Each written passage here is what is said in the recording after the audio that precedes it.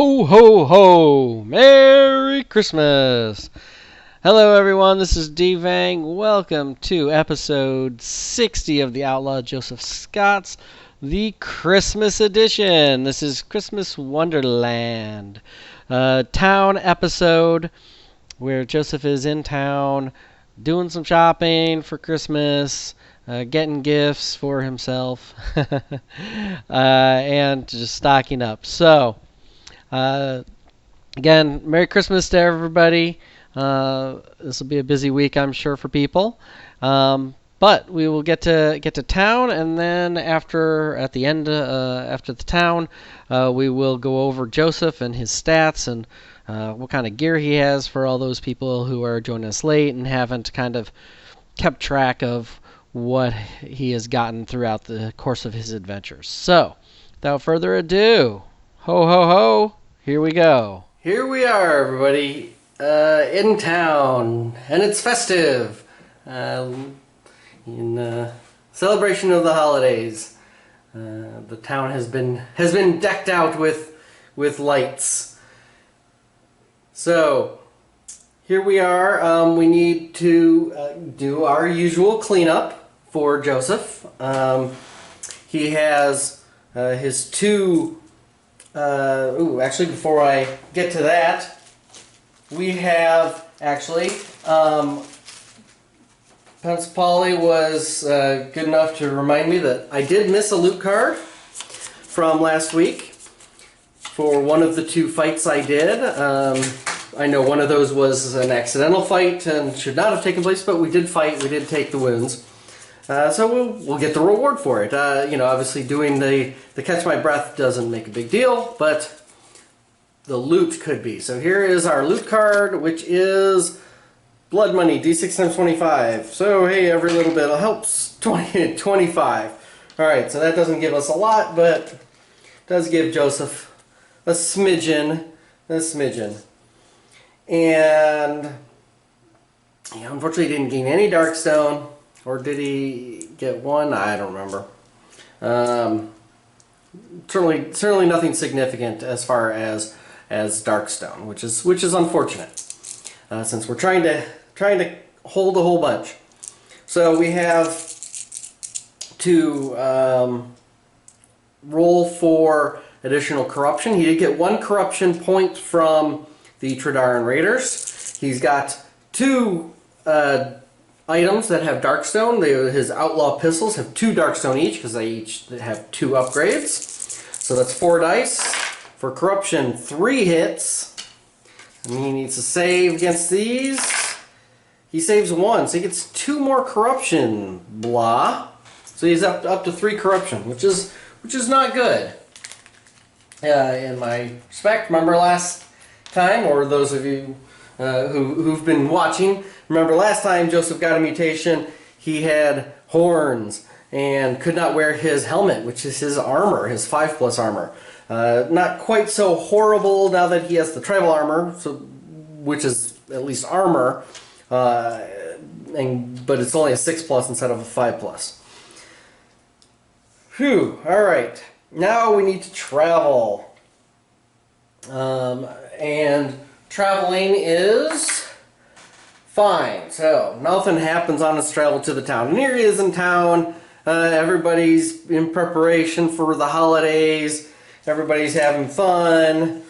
And what happens, of course, Joseph is going to start off by robbing the bank at the Frontier Outpost. These poor folks.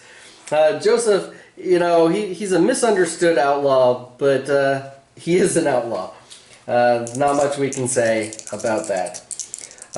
So we currently have, Joseph currently has 12 Darkstone, and obviously, and 2 tomb chests. Obviously he needs to get 15 Darkstone to buy the Void Assembly, plus 1 for his Darkstone bullets. So he needs a total of 16, which means he needs 4 more Darkstone. So let's see what happens here at the Frontier Outpost. Get a 7. a trading post. So we get an artifact that we can conceivably purchase. Alright, well, let's see what we get. The world card is Targa. And let's see what the artifact is. The artifact is some void crystals.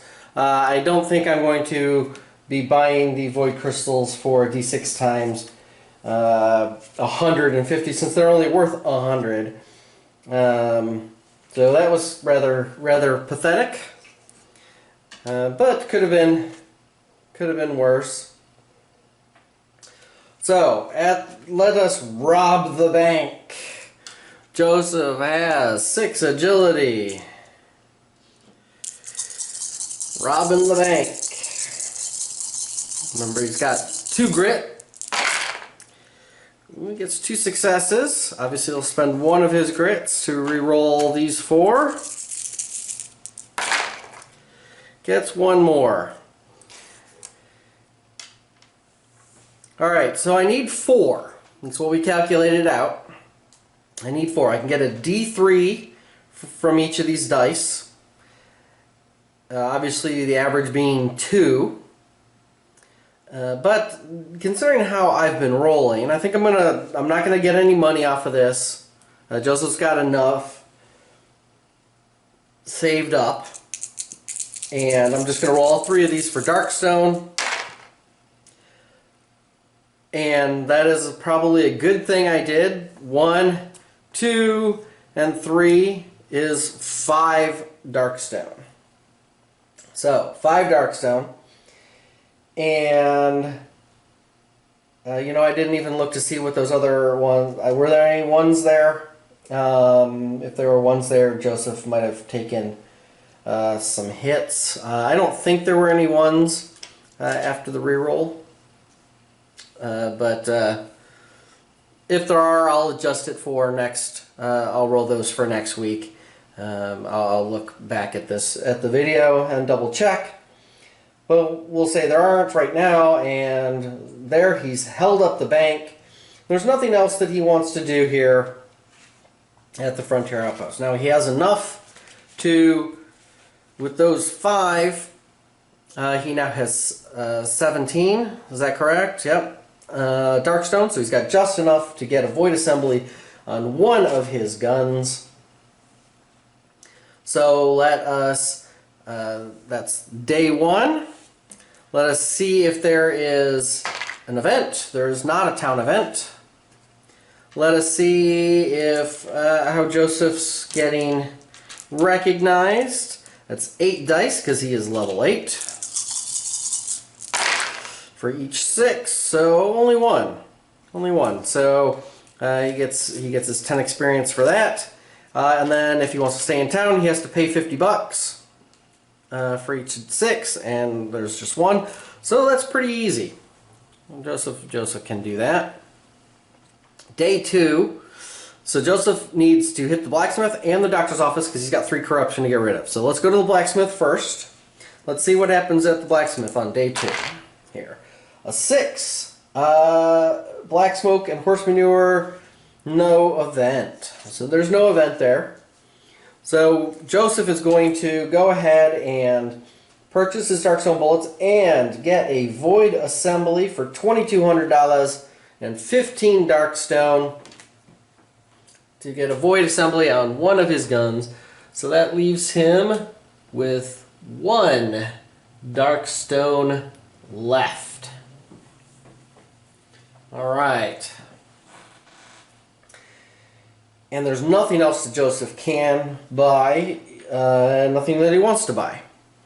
Oh well, a second void assembly, but he's going to have to save up for it. Now I think at this point, Joseph's going to go ahead and sell that. Does he sell that other tomb chest back? It's going to take him a while to build up. So I think, sure, it's not actually a lot of money. He loses 300 bucks on it because it costs 600 to buy, and and obviously, so it's $300 to sell back. He'd lose $300 on it, but it is a weight, and he can only carry one thing right now, and conceivably, if he gets some stuff that he can sell, he'll be able to make up that 300 in items to sell, assuming I actually find loot that's sellable. Oh, and speaking of sellable, Joseph did pick up last session an eagle feather, which he cannot use because it's tribal, traveler, or frontier. Joseph is an outlaw and a showman, so cannot use either one of those. I cannot use that, and yeah, that's it. So that is what he will do there at the blacksmith. So that's the end of day 2. Is there an event on day 2?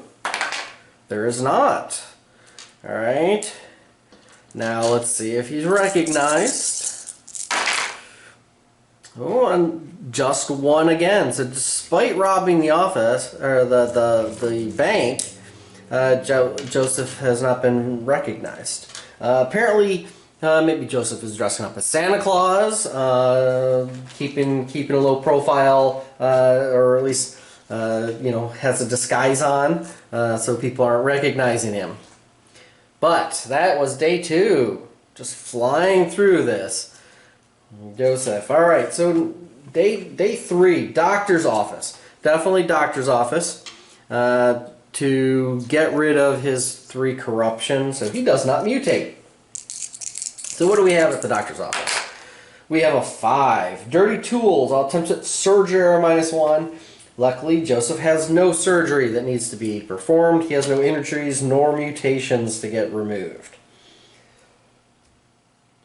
Now, we need to treat corruption. So I can remove any number of corruption points for $100 each. So Joseph pays $300 to get rid of his 3 corruption. Hooray! Huzzah!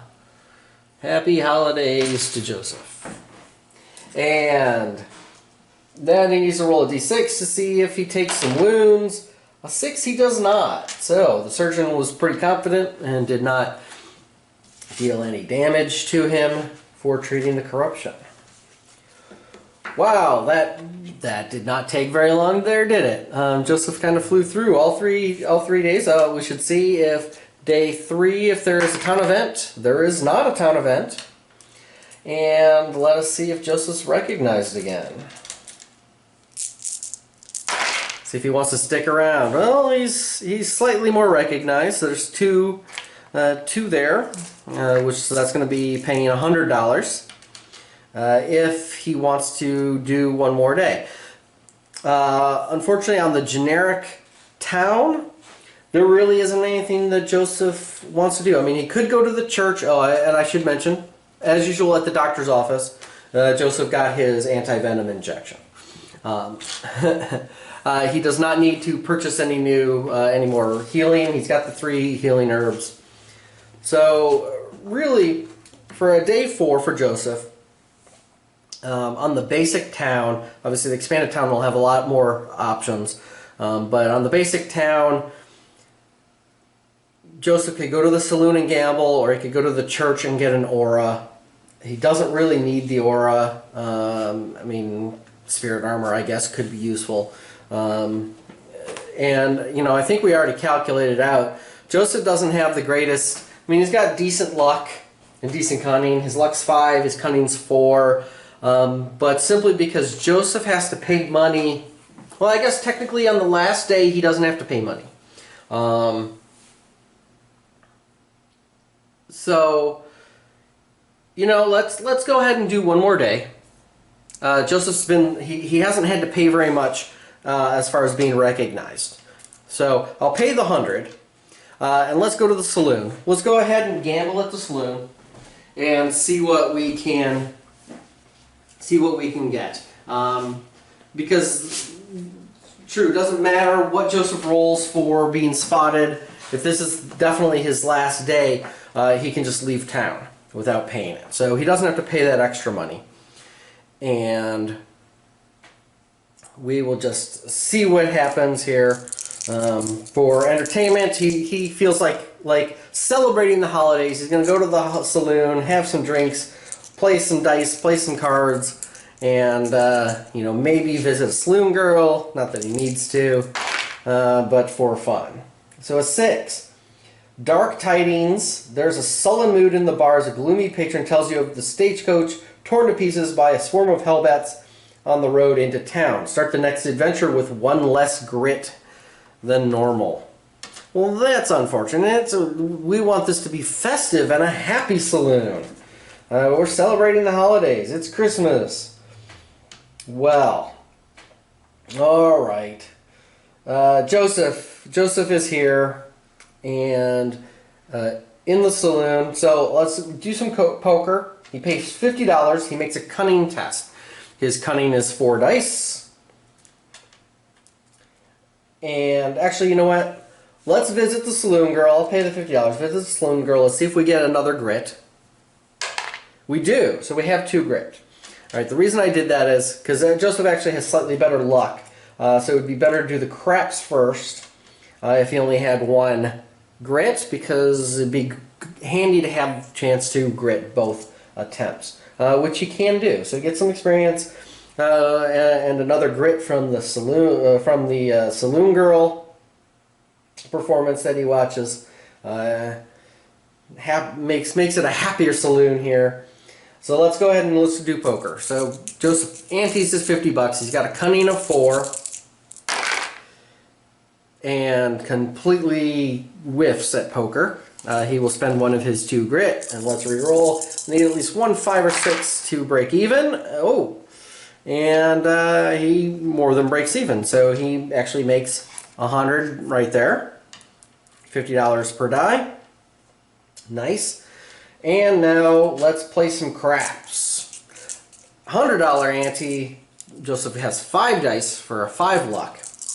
Again, needs at least one 5 or 6 to break even. Everything else is gravy, and it would be nice if I could get them into the box. My dice rolling issue, and I haven't even been drinking. All right, Joseph will spend his last grit here to re-roll these, and again in the box. In the box. There we go. Oh, all right. So he breaks. He's up $200, so it's 100 per. So he made a total of $300, which actually will then pay for selling off one of the tomb chests. And that basically made him so that he was even on that. Now we do have to see what happens. We do have to check for a town event. There is not a town event. Wow. This is one of the very, very few town adventures where Joseph has not had a town event. I'm not even going to bother with the wanted. I know Joseph doesn't want to stick around in town. It's been a good day. This has been a good town for him. Didn't quite have as much Darkstone as he would have liked, because he's only left with 1 Darkstone. But he did get enough. Theoretically, he could have gotten only 3 Darkstone and then not had enough to get Darkstone bullets, or he couldn't get both the Darkstone bullets and the Void Assembly for one of his guns. So, but that did not quite happen. Joseph did get 5 Darkstone instead of 3. But it was good. He got rid of all his corruption. He bought the stuff he wanted, and he went to the saloon. Watched the saloon girls and gambled a bit and won. So it has been a good day. Good day. So that is it. Thanks for watching, everybody. I'm going to transition after this into there had been a request for people who are catching up, who have not been following all the way through and kind of keeping track of get a look at Joseph's current stats, current equipment, what he has on him, and I think that was an excellent idea, excellent suggestion. It has been a while since we've actually just taken a look at that. So that's going to follow if you're interested. It's going to follow right after this. So hang on, and thanks again for watching. Alright, here we are looking at Joseph. So I'll kind of go through this sort of quickly here. We've got, so his side bag right now currently has 3 herbs, and I'm using a whiskey token, but I know that this is a tequila. For those who have not watched the 50th episode with the alternate town, you might want to take a look at that. But basically, tequila is part of the expanded town. When I was at Flying Frog, Joseph picked that up. That is basically what herbs are to bandages, tequila is to whiskey. So it is a 2d6 sanity restore instead of a 1d6 like the whiskey is. And then Joseph has his tomb chest with 1 darkstone. And I will mention here at the start that I have made a number of cards thanks to Klutz's Card Factory. Definitely want to give that a shout out. It makes things much easier. Now I have had to make a few Photoshop edits to some of the cards because there are still some limitations to it. But it is a great tool for getting the majority of the cards done the way you want them. They look really nice. They come out really nice. So again, shout out to that. And I think I'll put a link to that in the video for people to check out if they want. It's great for town items that don't have cards. It's also good for items that you upgrade. And it's good for if you're playing multiple games, multiple campaigns like I am. I'm playing with a group of 4, my wife and another couple. Plus I'm using Joseph, and that way I make some copies using Klutz's Card Factory in order to put those cards back into the gear and artifact decks so that we can draw those, vice versa, in the different campaigns. Those cards are not sort of lost to one or the other. So I like to do that. So you'll see I've actually, to save a little space, I've reduced them down so I can kind of show you here. Tomb chest. Now I did make a bunch of these. The images are going to be pretty much ones that I've pulled off the internet, free ones and stuff like that, rather than using the same images that Flying Frog has. Just because it was a lot easier to do that than scan the card, the official cards in and whatnot. If there are cards that have images, obviously some of them don't. So like town items and things like that. So you may notice that the images might be a little weird sometimes, or not match what the actual card is. But that would be why. So let's get with Joseph here. I'm going to actually take a look. So here is his stats. So obviously he has a 2 combat. He has a 4 max grit. He has a range 4+, melee 4+. His range 4+ comes from his initial skill selection was reckless. So his range to hit and defense values are swapped. So his range to hit is 4 and his defense is 5.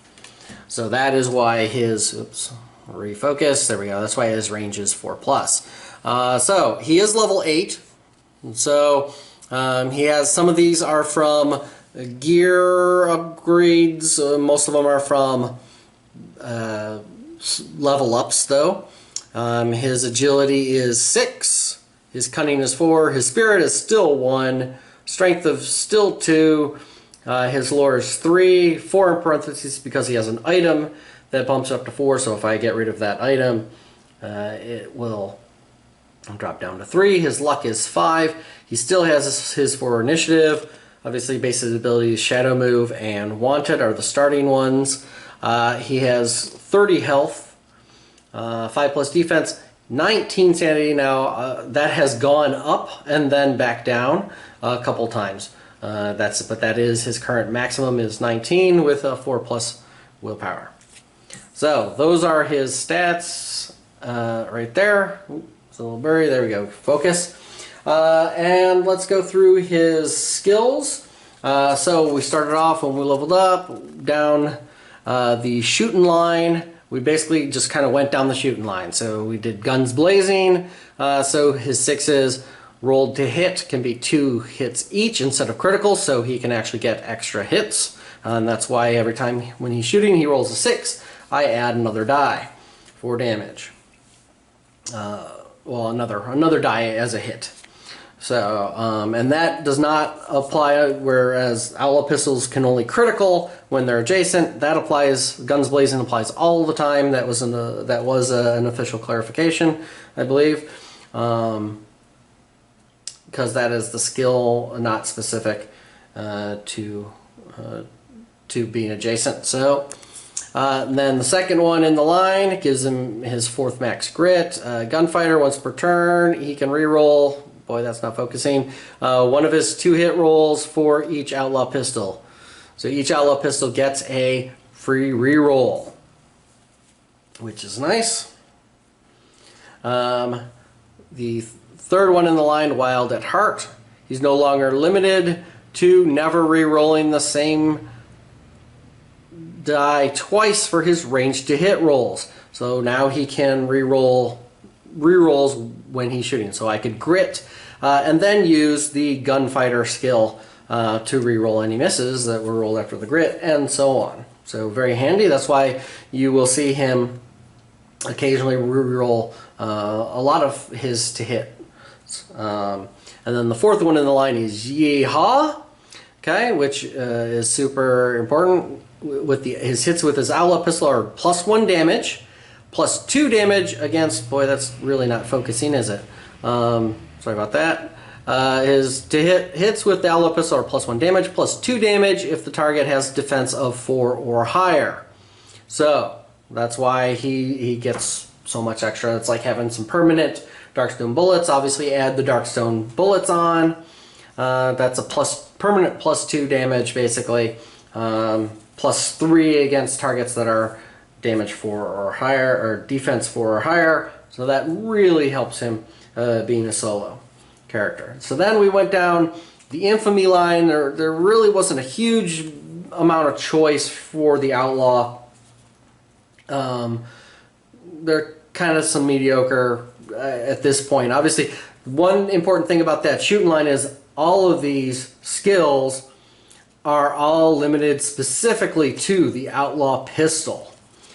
So if you don't have an Outlaw Pistol with the Outlaw, those skills are kind of useless. So if you go with the sawed-off shotgun as you're starting instead of taking 2 Outlaw Pistols, and you may not want to go down this line because they only apply to the Outlaw Pistols. Alright, and then, down the infamy line as the next line. So we start with Renown. So now he starts each adventurer and traveling with 1 extra grit.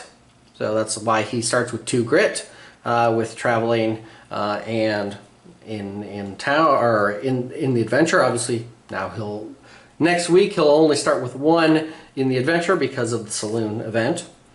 And then the second one, Darkstone Bandit. Gives him another cunning and lets him, when he holds up the outpost bank, this is why he can get Darkstone. He gets a D3 Darkstone instead of spending those dice to get money. Which again is going to be useful, especially for a solo character where he's not getting a lot of Darkstone. My group of 4, we generally don't have too much trouble getting Darkstone. There's 4 of us. We're drawing a bunch of loot cards. You're bound to get a bunch of Darkstone, or at least a decent amount of Darkstone in the loot. But with Joe, they're just being Joseph. He hasn't gotten a lot of Darkstone. In fact, he's gotten a lot of money generally, and so that helps him tremendously trying to get up. He would not be able to get to the Void Assembly without being able to rob the bank. And then the last one he got when he hit level 8, Personal Touch. Your Outlaw Pistols are now considered to have an extra upgrade slot and no longer count as a weight. There's no longer an anvil on there. And it gave him +1 luck. So you know, since he's dual wielding outlaw pistols, that's 2 less weight that he's carrying. And they each have an extra upgrade slot, which isn't that big a deal because he's not really using them yet. They already come with 3 to start, which is generally going to be kind of plenty. So his items are sort of the last thing to go through. So he started off, his personal item was the Worn Eye Patch, +1 cunning to start, and once per adventure he can recover grit up to his max grit. So that's very useful. Save that for the final battle, if possible, to give that one big flurry of shots or defense as needed. Alright, Joseph currently has 2 outlaw pistols. Obviously I need to remake this card now to add the Void Assembly, but they've got 2 icons each. They've got a Darkstone grip and a Darkstone barrel. The barrel giving it +4 range, so it's now range 9. Outlaw pistols are normally 3 shots, so with the grip they're now 4 shots. They can only get criticals against adjacent targets. So there you go. So he's got his 2 outlaw pistols, and then he's got a plain old lantern. Obviously he starts with a bandana as well. And then the things that he has picked up along the way, he has picked up a Serpent Skull helmet for armor 5+. He has picked up the Bandolier strap, which once per turn he can reroll a range 2 hit roll. So you'll see him using that a lot, or a fair number. That's why he basically gets three rerolls. He gets 1 for each pistol with his skill, and then 1 off reroll for either one for his Bandolier strap.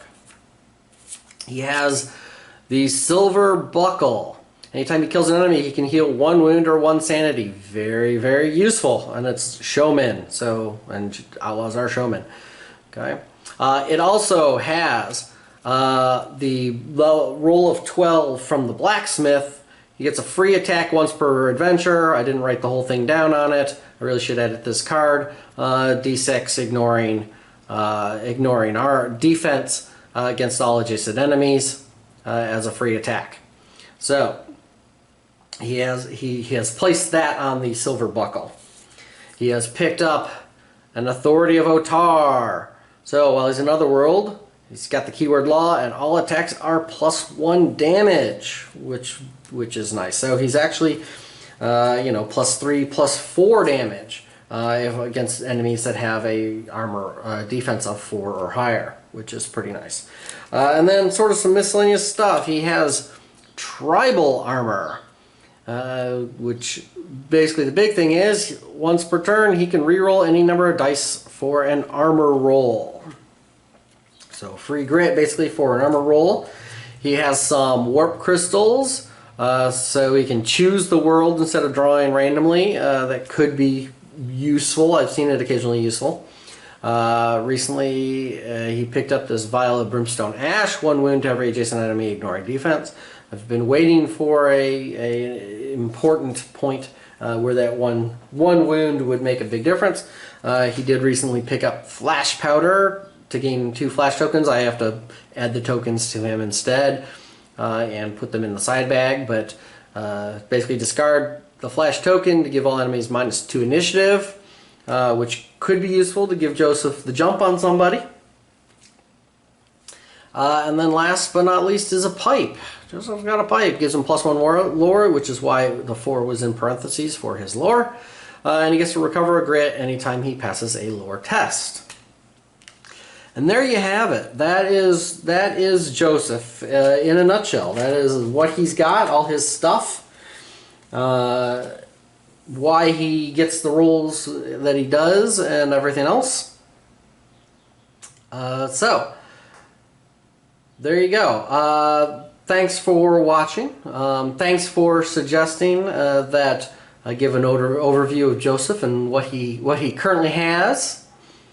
And I hope everybody's enjoying this. Hope everybody has a Merry Christmas and Happy Holidays. And I will post up, I expect to find time to make an adventure mission for next week. Even with all the holidays, cross your fingers.